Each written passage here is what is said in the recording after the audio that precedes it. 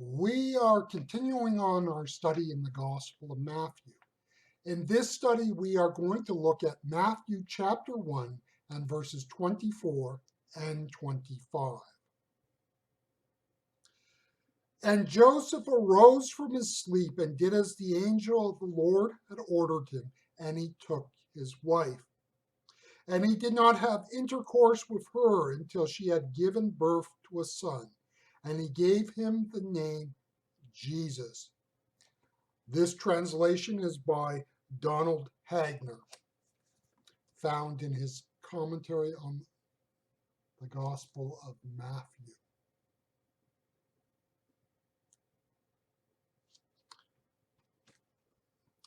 There are two obstacles to the answer to the call of God on our lives.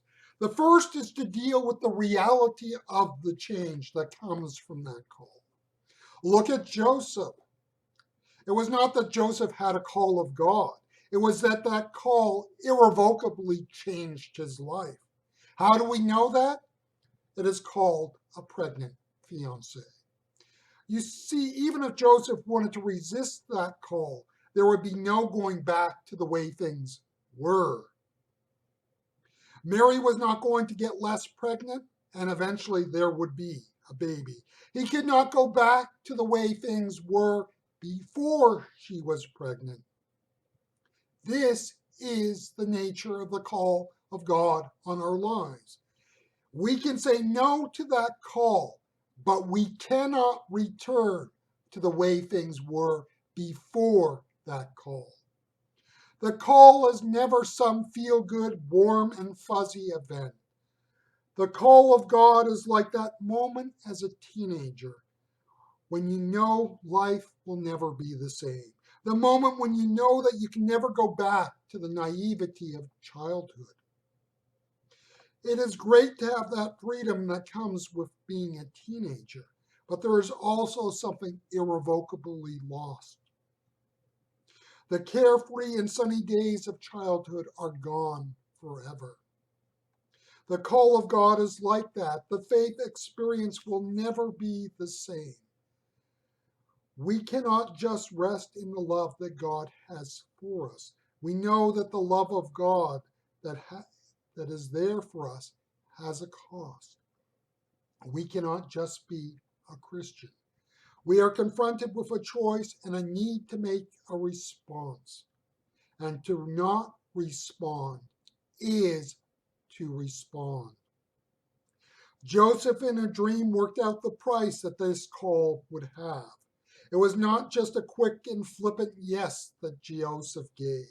Joseph was a first century Jew living in a small and conservative village. He knew only too well how he would be received when word got out that his bride was pregnant. We all know that this could only be kept hidden for so long. Joseph knew that the call of God was going to be costly. Some of us are very self-conscious and some of us are not. Some of us very much desire the respect of others and others do not. Some of us are very concerned what others say of us, others are not. The point is that Joseph, like us, would have to work through some of these issues. You see, there is always that initial hurdle to overcome if we are to be obedient to the call of God. Now, a cheap and easy faith will say if you have embraced the call of God on your life, it will be smooth sailing from that point.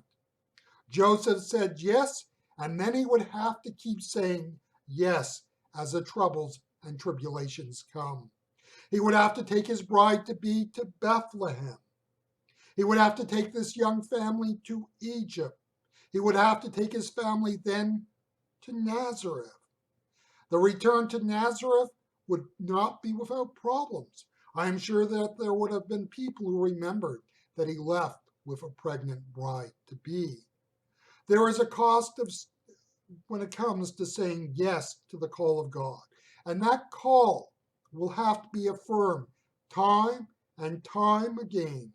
The obstacles to that cost do not just melt away just because we said yes once.